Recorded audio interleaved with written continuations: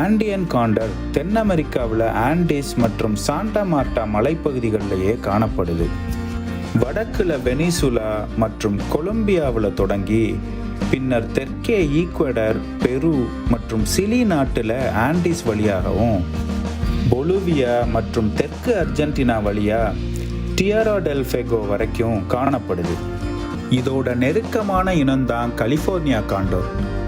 இவற்றை வட அமெரிக்காவில் கலிஃபோர்னியா, அரிசோனா, உத்தா பகுதிகளில் மட்டுமே பார்க்க முடியும்.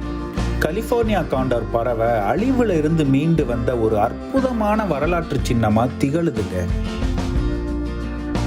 கலிஃபோர்னியாவில் 1987 கடைசியாக 27 கலிஃபோர்னியா காண்டோர்கள் மட்டுமே காடுகளில் எஞ்சி இருந்தது.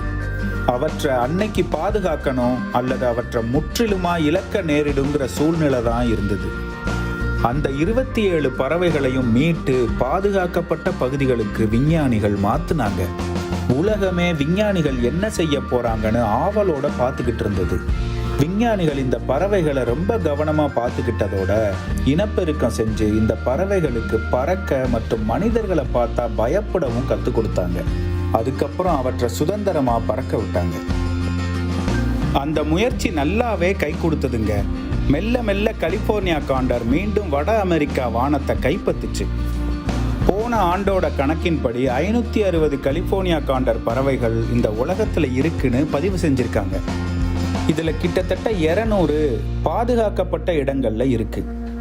1987 இதோட எண்ணிக்கை வெறும் 27 இருந்து இந்த அளவுக்கு முன்னேறி இருக்கிறது பெரிய விஷயம்தான். விஞ்ஞானிகள் மற்றும் பறவையியல் ஆர்வலர்களுடைய வெற்றி தான்னு சொல்லலாம். ஆனால் இந்த பணி இன்னும் முடிவடையலைங்க. இந்த முயற்சி தொடரணும். இவை தொடர்ச்சியாக கண்காணிக்கப்பட்டு நோய்வாய்ப்படாமல் வேறு எந்த பாதிப்புக்கும் உள்ளாகாம பல ஆண்டுகள் பாதுகாக்கப்படணும். அப்படி செஞ்சா மட்டும்தான் இவற்றை முழுமையா மீட்க முடியும்னு அறிஞர்கள் நம்புறாங்க. இந்த வீடியோ பிடிச்சிருந்தா கீழே இருக்க லிங்கை கிளிக் பண்ணி இதனுடைய முழுமையான வீடியோவை பாருங்க.